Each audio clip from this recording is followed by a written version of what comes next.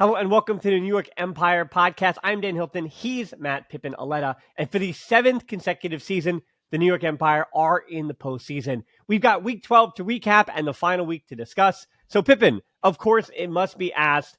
I feel like we really hit our stride here and we might be also peaking at the right time. So are you ready for our last regular season podcast? Oh yeah, definitely. I think we peaked in the beginning of the year, and we've been That's actually true. maintaining a high level of excellency the whole time. Unlike the team, on the other hand, is looking great moving into the final stretch of the season. They are on upward trajectory, so it's good. It's good stuff.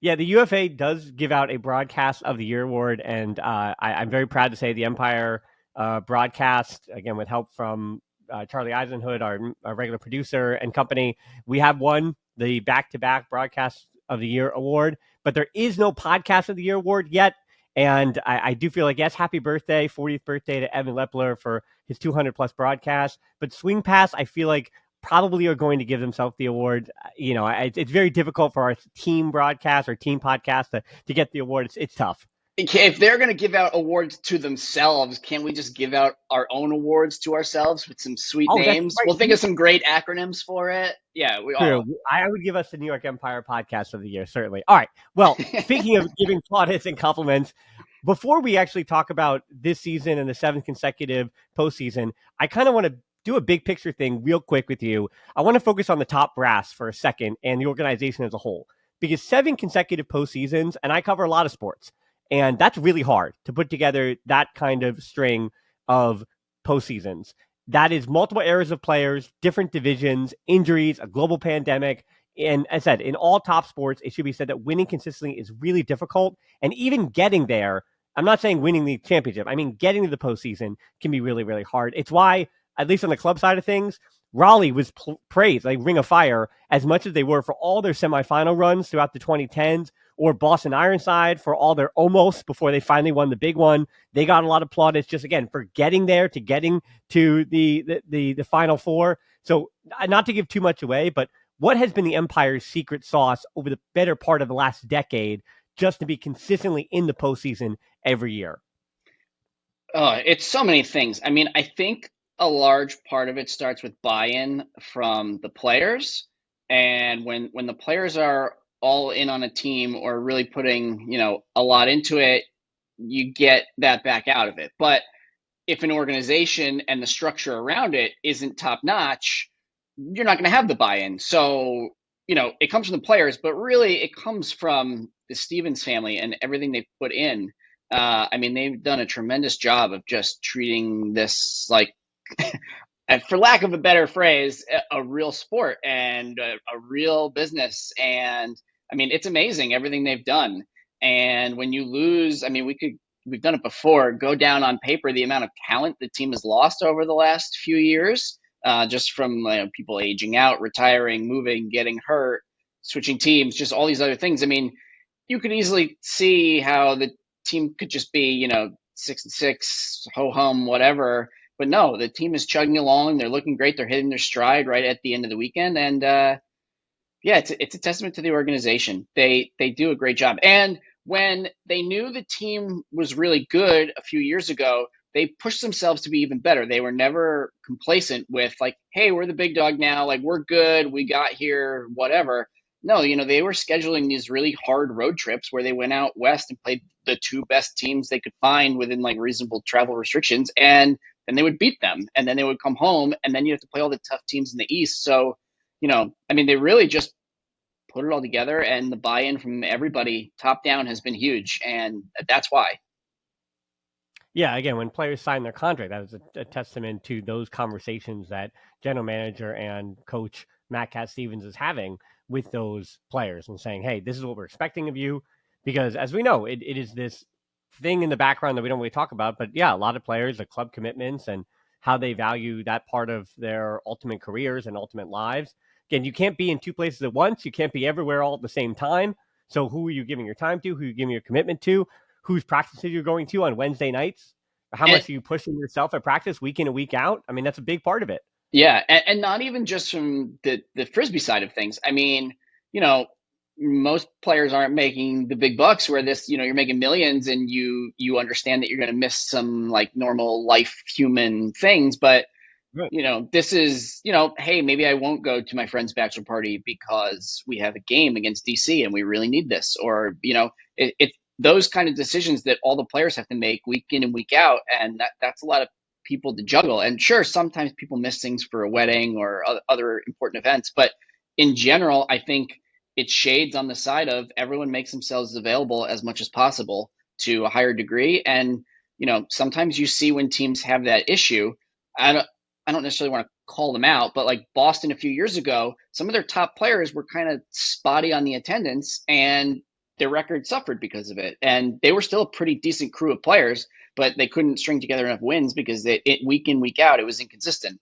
Now this year, obviously Boston more consistent, or last few years more consistent, and it shows. And you're seeing the same thing from the Empire. Yeah, and we saw complete buy-in. So to transition this a little bit, I was able to get in the final part of the broadcast as we wrapped it up. I did get to say Faceless Mob because when I talk about this Philadelphia Phoenix victory that clinched the Empire their 7th consecutive postseason, the 24-16 win, that's what it felt like. It did feel like, hey, this is the Empire's identity of the Faceless Mob again over Philadelphia, because it wasn't even as close. It was a +8, but it wasn't as close as the scoreline might even have suggested.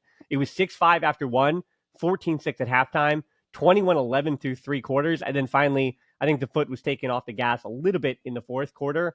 And that's what allowed the Phoenix to win that 5-3. But really, this is all about the Empire, who, by the way, too, I guess we'll start with do you want to start with the team, or do you want to start even talking individuals here?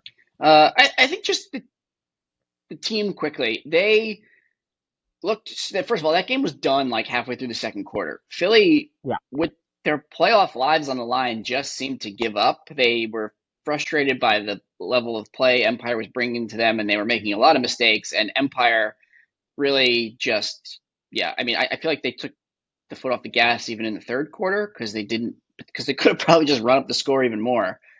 Philly also hit a few nice deep shots after halftime, which kept things a little close. But yeah, the offensive stars for Empire didn't even need to do that much. I mean, halfway through the game, if you were a very casual fan or watching for the first time, you wouldn't even know who Ben Yacht was. Like, that's how much the whole team just contributed. Ben Yacht barely had to do anything except go out and play like a nice, consistent, good game, and that's it.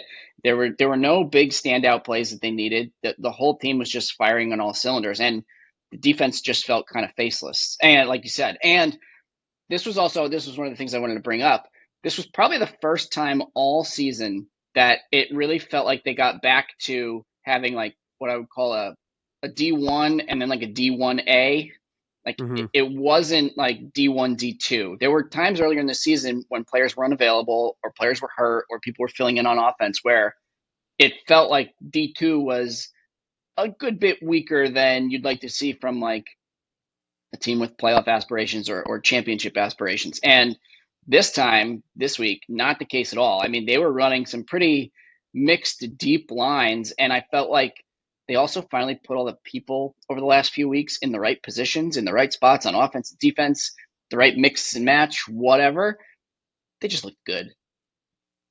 Yeah, I mean, having lost Calvin Brown the week prior to a torn ACL, I think the Empire could have looked out of sorts. But John Randolph makes the honor roll because the O-line was only broken once in the game. He led the Empire with 484 total yards, 7 hockey assists, 3 goals, 1 assist, no turnovers. So yeah, another great day for John Randolph, who's being now put together a pretty comprehensive MVP candidacy. I don't think he'll get there. It's a matter, I think he'll be a all UFA, either it's first team or second team somewhere. Randolph will probably land. But then the other names that I want to mention here, Oliver Fay, 3 assists, 2 blocks, and a goal. Tremendous reset pressure by Agami Contreras, Lehman, Auletta, Brownlee, you name it. Dude, Stonigal comes back to the lineup, played in just his 2nd game this season, looked good, looked healthy. And then, of course, the other guy to make the honor roll was Arthur Artie Okwan, 3 goals, 1 assist, 1 block, a +5, and a hockey assist. And I said it on the broadcast, it was hot on that field, and I only actually had time to talk to one player, and I actually just talked to Artie and asked him how to pronounce his last name properly and get it right. I got Okwan right. But yeah, I just had a quick little brief conversation with Artie, and then he gets to Callahan. So that's, again, where one of the goals and one of the blocks for the same play. So again, the +5 is it's more like 4 plays, but still, the point is that Artie Oquan has been, not saying he was a no-name. UMass has a lot of talented players, and even on that UMass team, Lehman, Dunkerley, who was on Boston, they probably get the bigger names, but Oquan just very much for the Empire what he was for UMass. Like, I don't have to be the best guy. I don't have to be the most important guy, but I push my teammates in practice, and I put pressure on resets. I put pressure on that first cut in, and some good thing will happen. Mistakes, I will force mistakes as opposed to being the guy that's going to have to lay out and do all these things. And you need both those kind of defenders. You need the Oliver Fays, who's consistently on the ground most of the time, right? Any in-cut, Oliver is flying through the air. But then you have the pressure guys like Oquan and Marquez. I mean, Marquez used to do that, when he played for the Phoenix or the New York Red Bull or back in the day. But now Marquez, you don't see the layouts as much. He's just kind of pressuring every throw. And over the course of a game, and even the course of a second quarter, that just grinds you down. You saw that from the D-line. 8 of 13 for the D-line on breaks. That will get the job done. And then on the other side of that, your defense from the O-line. The Philadelphia Phoenix were 1 of 7 on their breaks, but the opportunity they had early when the game was 2 blocks from Matt LeBar when Philly could have taken an early lead. He winds up getting it back and has a quiet +8. We haven't mentioned his name yet, but he led the team with a +8 in that game. And so this is, again, comprehensively the Empire kind of doing what they need to. And it's weird because, we talked about stars. We talked about the faceless mob. And this version of the Empire does remind me more of a championship caliber team that doesn't have the big stars in the way that the Empire did. Like, let's say if Salt Lake had upset the Empire in 2023, this Empire team feels more like that kind of team where, they have Jordan Kerr and they had Will Selfridge, but the big names weren't really popping off the page for Salt Lake. It was just, that's a really deep, good team. And if the Empire were to get to the mountaintop again this season, that's kind of more what it feels like. Like, Jack has looked, even in this past game, he had a turnover and he had a +2, and like, Jack was fine. Jack just kind of ate up yards and helped that O-line move the disc, but he didn't really need to hit this superstar level. And if all 20 guys can be, hey, if I can just raise my level just a little bit, that will get us as a team over the top. And again, a lot of times you don't do it on purpose, but I mean, you were on the 2019 team, which I think was the last real mix. I mean, the 2022 and 2023 championship teams were really star-laden. Those were juggernauts. They were crazy. Right. Yeah. But you did, as deep as they were, you did feel at times that two teams did rely on their top talent. When push came to shove, it's like, hey, we are going to run Yacht on defense or offense here. We are going to run Babbitt both sides of the disc for a little bit here. We're going to run Jack both sides of the disc here. And Oscar is never going to take off an 0 point. And, you were able to do that. But 2019, I think, was a different example where, you did have your stars, yes, but I don't feel like you relied on them. Like, Bo was there, but you didn't really rely.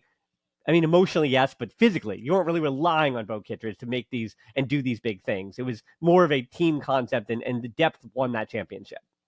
Yeah, I think if we're talking about 2019 real quick, I think one of the biggest things was Brian Jones really reeled in Harper Garvey, and he just that was the best version of himself at that time. Up to that point, the turnovers were really cut down, and then we had a super dangerous thrower who was just dropping darts all over the field. And then, I mean, we had Babbitt and Yacht. They obviously are amazing. Yacht had an MVP season, and Jack was great. I mean, I think I remember it was after one of the playoff games, or maybe even after the final in 2019, Jack said something along the lines of like, I feel like I didn't even do that much. And it was just like, yeah, okay, sure. Like, you didn't do anything awesome, like when you dominated the college nationals game, and every other pass went through you, and you were like in like God mode or whatever. But yeah, cheat code. But no, you just went out there and played really, really consistent. And I feel like, there's a mix. There's more of a mix on this team. There are superstars, but they're almost like just kind of mixed in and doing their own thing. Like, Yacht is letting LeBar and Randolph shine right next to him. Jack is content to handle when needed, but also just like initiate the offense off the front of the stack and kind of just like facilitate everybody else. He doesn't need to do anything too crazy if the level of play around him by everybody else is high. And, surprisingly enough, that was kind of what he did in 2019. Like, he might not have felt like he did a lot, but without him, the wheels probably fall off. Hey Empire fans, ShopEmpireUltimate.com is your home for all the latest Empire gear. From hats to hoodies to discs and coaching, ShopEmpireUltimate.com is the best place to get yourself ready for the next Empire game.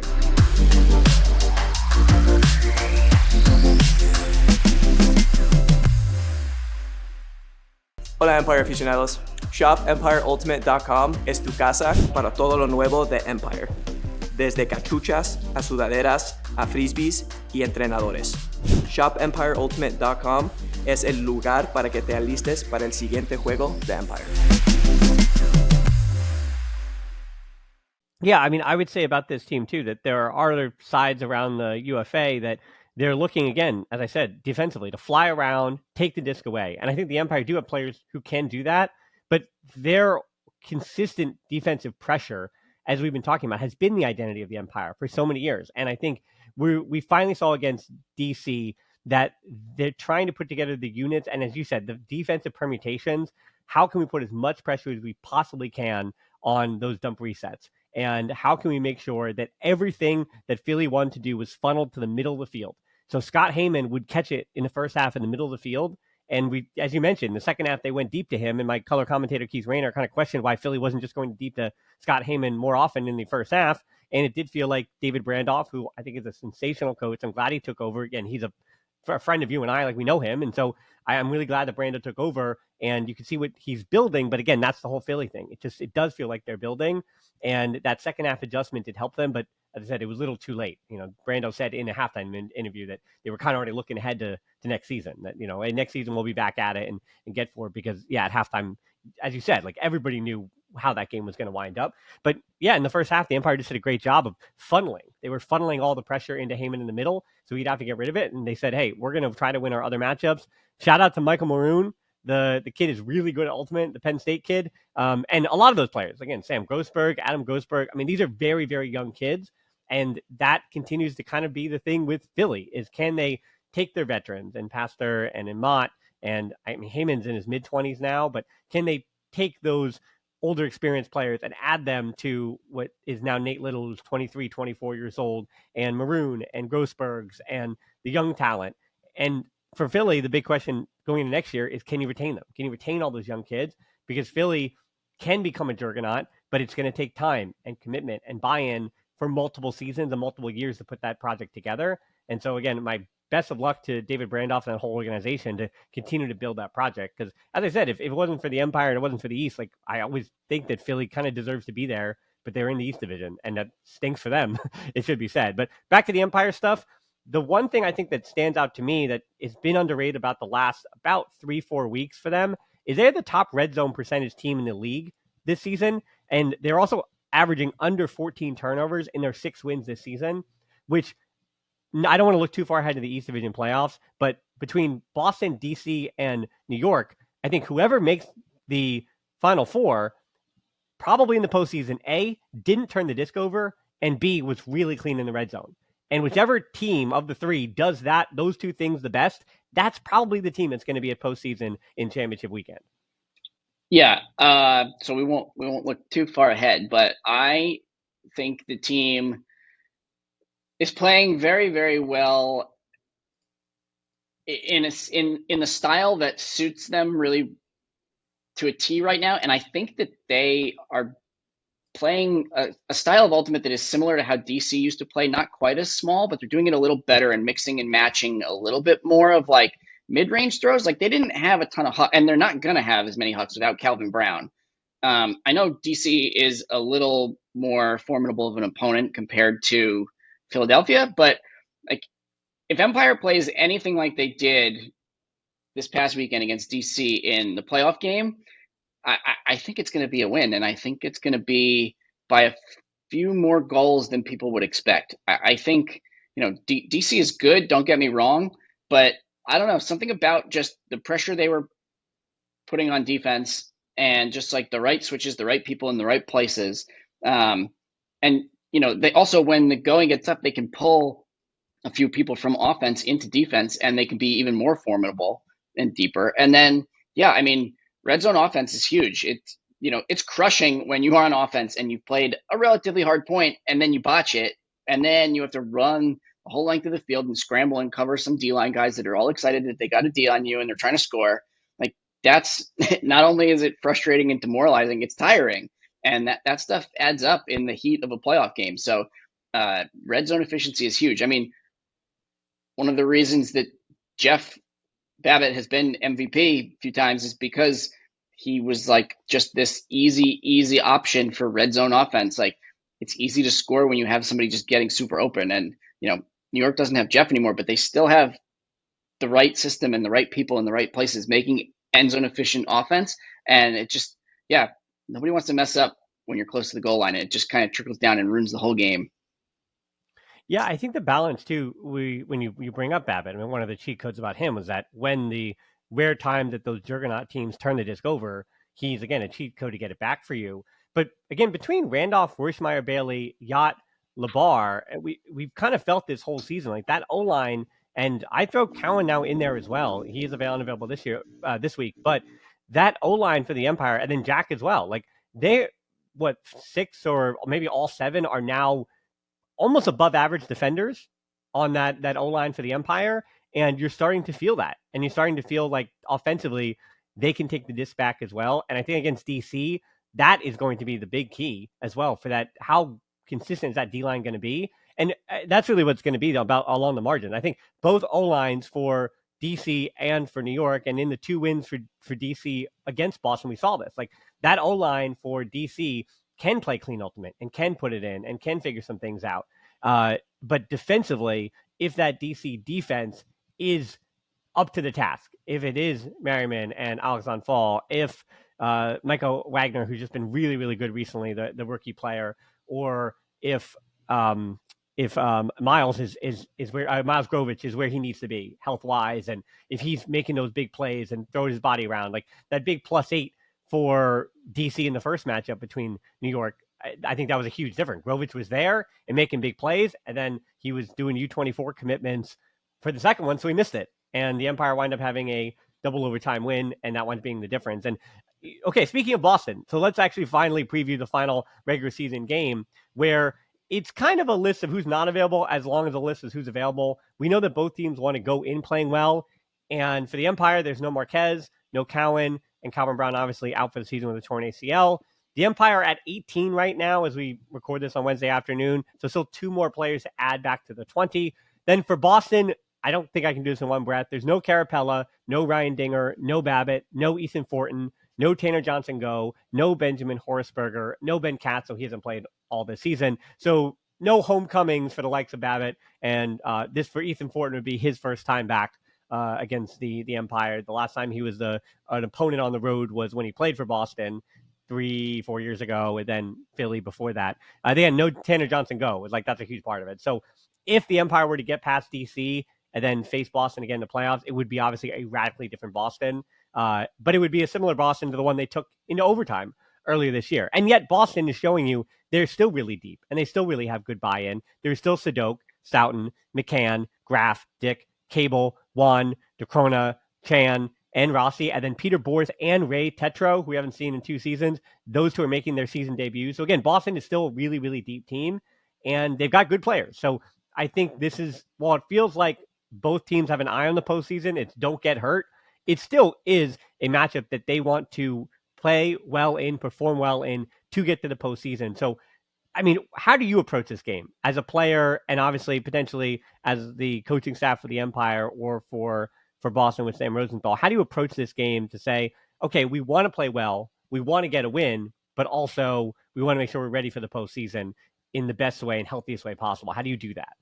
Yeah, I think for New York, you want to, you had so many periods throughout the season where you weren't at your best version, either because of personnel or injuries and all these things. So obviously you want people to stay healthy. I mean, maybe you say before the game, hey, we're locked into this playoff spot. Like, if there's a close bid, whatever, play, like, maybe just let it go. Maybe just take it easy. Don't overexert yourself. If you feel any sort of minor tweak or anything, like, don't play through. Like, let's all be smart here, right? Sometimes easier said than done. But you kind of approach it that way. But from a team-wide, like, standpoint, I think they do want to continue seeing like what units work well together, get a little more, a few more good reps against quality opponents where, how's our offense going to function without Calvin Brown again? Like just a little more familiarity, and you want to play with intensity. You don't want to just like mail it in, because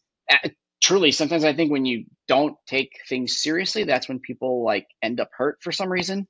So you want to play hard, but you want to just like approach it from a safety standpoint. On the defensive side, I'm sure there's probably 1, 2, 3 guys who are going to be trying to fight for their like playoff spot. So they're going to bring it, whoever that may be. We touched on it quickly. I mean, I think that the team they just put together against Philly last weekend, I mean, that was probably their best 20 that are available injury-wise. Like, obviously, Calvin Brown was healthy, he would have been in and somebody would have been out. But, I mean, I'm not really sure. Well, there was no Sam Alston either, and Sam's had a good year. Sorry. That is true. Right around the edges, you're not really sure. Yeah, no, he will definitely be on the 20. That is correct. But yeah, so I mean, there's guy 18, 19, 20, 21. They're probably going to be looking to prove that, hey, give me that last spot, even if I only play 3 or 4 D points in a game. Here's what I can give you. So there's going to be some pressure on some good players on the other team, because guys are going to be going as hard as they can. Yeah, I mean, some of the I'm not in the head, so this is just me again making conjecture of it. But if this week I'm the likes of, again, Deuce Nautical just coming back to the lineup, if I'm Oquan again, Ethan Lehman, who's now only played 3 or 4 games this season, and even Max Shepard, who's at times played less than 10 points in a game. Like, those are the guys that might feel like they're on the periphery of the 20, and those are all guys that can make big plays. Again, young players too. I mean, Shepard not as much, but those are also young, hungry players who want to be a part of it for the Empire. And on the other side for Boston, again, my eyes, I think, are on Ben Sadok, who was awesome over the weekend, despite the 1-1 record for Boston. 8 goals, 4 assists, over 400 throwing yards, and the play of Boston's season that clinched the playoff spot when he got a layout end zone D and then started the fast break. Sadok is having the best season of his career, and Boston is number 1 in the standings for a reason. Like, he has been, to me, when I think of the Boston Glory since their creation, I think of Ben Sadok. Like, that is the first player I think of, because he's been the guy who's consistently been there for this team from the very beginning. And I want to just give him the flowers on that them winning the first 1 seed in their program history. I think Ben Sadok deserves a ton of credit on that. And then, of course, the other guy, their pickup in Toba DeCrana. DeCrana is still playing in this game. And as a broadcaster, I say it is a joy. It is difficult because DeCrana, I'm not sure if I ever get his name right. I'm going to talk to him prior to the game. I swear, I promise I'm going to get it. Again, it's not difficult. It's just, I mean, he's Belgian. It's not like, it's not the most, we have broadcaster awards to give ourselves. You got to get that name right. I know. I got to get it right. I got to lock in here. So DeCrana, this weekend, it did get me thinking, because I was watching some of the Chicago stuff over the weekend as well. And Dameron for Chicago, goodness gracious, this weekend for him, a +10 against Minnesota, then a +13 against Pittsburgh the next day. I mean, those are fake. Those are fake numbers. That's hard. +10 is so hard, and to get a +23 over the course of 2 days is insane. And so the 24-year-old, he might be, I wouldn't say best player, but like he might I'm going to use the word electric. He might, or dynamic actually. Like, Dameron might be the most dynamic player in the entire league. He's only 5'11", but between his speed and his ability in the air and his throws and all those things, and DeCrona is up there too. Like, I think 2 of the top 5 most dynamic players in the entire league might be Belgian. And I want to remind people, Belgium is not a big country. Like, it is not a big country. Like, the U.S. is pulling from the entire United States of America. And so again, 5'11", it reminds me, and I kind of want to ask you this again. I would say you're more diminutive size on the field, but back in your heyday, I'll give you the credit. Like, you played big. And so I'll say, like, I've asked it to other people too, especially with basketball. And when I played basketball, I said this too. I would look at a guy, and it's probably some of my best trash talk I've had, would I'd say, are you a great athlete or are you just tall? And I think around the league, that's some of my questions. Like, are you just tall, or are you like Nate Goff? Like, that guy's a great athlete. Like Ben Yacht, like that guy's a great athlete. They're not just tall. Like, those are great athletes. So as far as these guys, like DeCrona, like those aren't oversized guys. They're just like unbelievable, awesome athletes. And so I kind of wanted to throw it to you. Like, who are some of the best athletes that you've played against in the league and who are the best athletes from the Empire's history, and then who now are some of the best athletes in the league. So, I mean, I just rattle some names. I want to give you the runway here to throw some names out at us, both Empire and then like currently. Sure. All right, yeah. Well, first, one of the nicest compliments Ben Yacht ever gave me, we were doing a little camp for some kids, and the kids were all excited that he was there. Obviously, no one cares about me. That's fine. It was awesome to watch how excited they were that he was there. Yeah. And I maybe made some self-deprecating joke about how I'm not really that good or whatever. It was towards the end of my playing time anyway. And he just said, "No, we're equals. It's just I'm 6'5" and you're 6'6", whatever, and you're 5'9". And I was like, okay, well, Yeah. You're lying to me, but it still makes me feel really good. Thank you. I mean, I played with Bo, and again, towards the twilight of his career, but every once in a while, he still turned on those jets, and it was just like, oh, wow, I see it. Well, I heard. I see it there. I'm going to interject because I will say at Beach League 2 weeks ago, I heard a bunch of college kids talking about like goats of Ultimate and whatever and all those things, and I always have to say it, like whether or not Bo Kittredge, because of the throws, is your greatest of all time in the sport. He's the best athlete that the sport has ever seen. Like he's the GOAT athlete in Ultimate Frisbee so far. Like that I think is definitive. Maybe. I've heard some other things from some other people.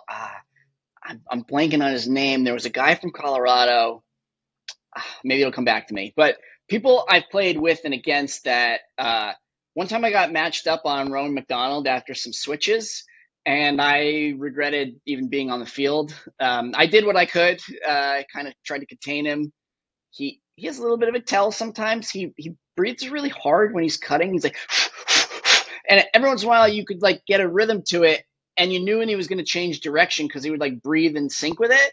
And that was the only saving grace that like I knew like, oh, he's about to try and burn me. So I would like preemptively go and I stayed close enough to like, I mean, I was screaming and pointing at teammates like, help. So Rowan was a tough one. Well, Rowan reminds me of Steph Curry. Like Steph Curry, it's the same thing. Like is Steph 6'3"? Like is he an amazing athlete for the NBA level? No, but I mean maybe not. But like that dude never stops running. And I think the iron lungs of the former Ironside player in Rowan McDonald, like that's what separates Rowan. Like the dude just never stops moving. That's what makes him so dangerous. Yeah. Early Empire player Hussein Carnegie, he could jump through the roof. We did a like one of those like vertical jump test things together once, and you do it standing, flat-footed. We both hit like similar metrics. I only missed by like 2 inches. And then you do like the 3-step approach jump. And, mine went up a little bit. I was pleased. For anyone who doesn't know, like I could dunk a dodgeball at the height of my powers. I could get up there. Even though I'm only 5'9", I could get up. So I was like pretty pleased, whatever. Then we do the step approach, and Hussein adds like, I don't know, 15, 20 inches to his vertical. It was insane. I think I just started clapping. Like I didn't know what else to do. I was like, wow. Like, wow, this is unreal. The like device only went up so high before like the pole that was like sheeted in like would fall out of itself because it was too high, and like he cleared it. And they were like, oh, we can't go any higher. Like you jumped, I think it was like 42 inches or something insane. And it like looked like there was another 2 or 3 inches he probably could have gotten if there were more things for him to swat. So that certainly impressive, top notch. I mean, around the league right now, I think some of the others are. I think again, we just saw against Philly, like Nate Little is up there. Oh yeah, we have Justin Burnett obviously is up there again, but the Dameron really gave him a hard time. Oh, if we're talking about short guys and a former Empire player, Grant Lindsay was very impressive. Not that big, not powerful looking, right? But just the way he moved, either with the combination of grace and speed and timing, I mean, he could get up pretty high, and he just timed everything well, and he was lightning quick. Yeah. That's another one. Yeah, that's a great underrated one to stop at. Okay, so another, speaking of good athlete or all-around great player, is making his Empire debut. So somehow we kind of didn't do our journalistic due diligence, so they might knock us in the award ceremonies this year because we did not mention Ben Dameron until almost the 30-minute mark of the podcast. But Empire debut for Ben Dameron, who I'm a bit confused here. It's been said that he's making his UFA debut, but I have on record that he had one appearance for Carolina. I looked it up earlier. Yeah. Yeah. So I think that game might be, I mean, maybe that one doesn't count. It's a mulligan. I don't know. But Ben Dameron, the Carolina, the Triangle Ultimate product, 3-time college national champion at UNC, now a New York City resident. I think to excite Empire fans about him, he's probably a top 5 talent joining the team, like just on paper, like when it comes to pedigree and non-UFA resume. Like the guy is just a proven winner. And if you ask me what's his best attribute, I would say I'm not sure, because in the middle space, like he's just an all-around top, well-rounded player.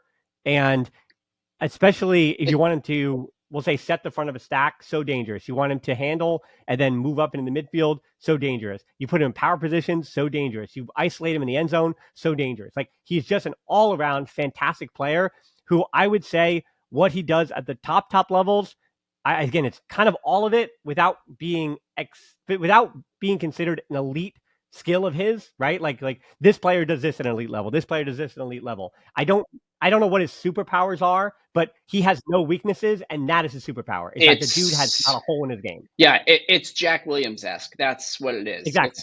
Jack is not the top at anything, but he's so good at all of it. Thumbers, though. The Jack Williams thumber, I will say, that is his elite skill, better than anyone else. I've seen him do it in Have we ever seen him do it in a game? I don't think I've ever seen him do it in a real game. Yes, you have. All right. When? We'll pull it up. He did it against DC in 2020. It was one of the years that the Empire were truly feeling themselves. Okay. And while even in those years, DC, you didn't get much separation. I think the Empire were up by like 2. And Jack was like, that's the cushion I need just to unload the back corner summer. And so, yes, Jack has done it in an official UFA game. And the reason I remember this, too, is because Ryan Osgar basically said, you won't. No, you won't. And then he did. Oh, and that's starting to ring a bell. Yeah, that I'm starting to visualize. I think I remember that now. Yeah, so Jack Williams, king of the thumbers. But other than that, yeah, Jack's a scrub. You're right. Yeah, I don't think I said that. I think you misheard me.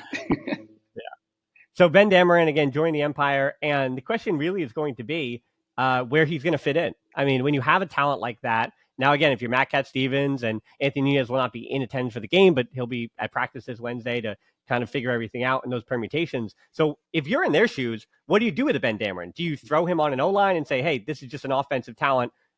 You're going to fit yourself in because Calvin Brown, we had to replace him somehow. We did last week, but Cowan's out. So, hey, like for like, well, not but like for like, sorry, different for different, but we're going to throw you in, you're a prestigious offensive talent. Or do you say, hey, we want you to figure this whole thing out and get used to that UFA field again, and then maybe we see where the postseason is? Because I think, I don't want to give it away, but I would say I'd rather throw him on to the offense now, figure those things out, and then worry about the postseason, because you don't want to throw a new thing into the postseason. They get a free week here. It doesn't matter if they win or lose. I mean, you want to win. Everybody who's playing wants to win. But yeah, no, you get a free week to play with it. You get the practice, you get the game, see how it all kind of fits together, see who you may or may not move. I mean, I wouldn't want to mess with the offense too much if it's looking good, but I mean, that's a great break in case of emergency. Even if he just becomes the 8th guy on offense when somebody needs a break, and you just let him also get some run on a few D points, and you have another awesome athlete and all-around player out there, I mean, that can't hurt. I mean, I was a little critical earlier in the season of Max Shepard when he was like, looked a little lost on defense, maybe wasn't too comfortable with all his teammates and whatever. But like, as the last few weeks have progressed, he has like really seemed like he fits in, and I like what he's bringing to the D-lines, and I like what he can do after a turn. And in a tight playoff game, maybe when you don't have timeouts or you want to run the other team's offense, like having a Max Shepard and then maybe a Ben Dameron out there together, like that's really dangerous if that's the kind of offensive caliber players you can throw out on the D-line when you get a disc. So, and also, just since, we're giving ourselves broadcasting awards, it would be journalistic malpractice if I didn't mention that I played with Jeff Babbitt, who is at the time and still is one of the best athletes I have ever seen in person. So sorry, Jeff, that I didn't immediately just shout your name from the rooftop. You might be more impressive than Bo. It's a whole different level, but the first time I ever saw Jeff get a layout block in person, I think our entire team lost their minds. And we were all filled with pretty good players, some of which who went on to win in the UFA, some who won club titles, some who have played on like Team USA caliber things.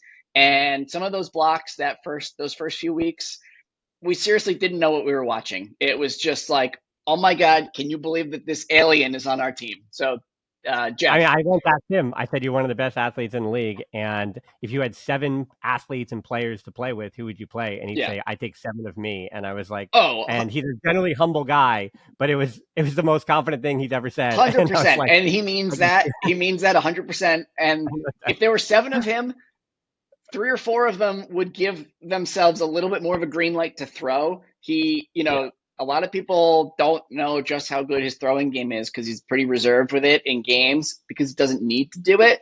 But when he's actually out there slinging it around, he is also a top-notch thrower. I mean, it might not look like Ryan Osgar dropping darts all over, but it's still pretty good. So, yeah, I would take 7 Jeffs over anybody.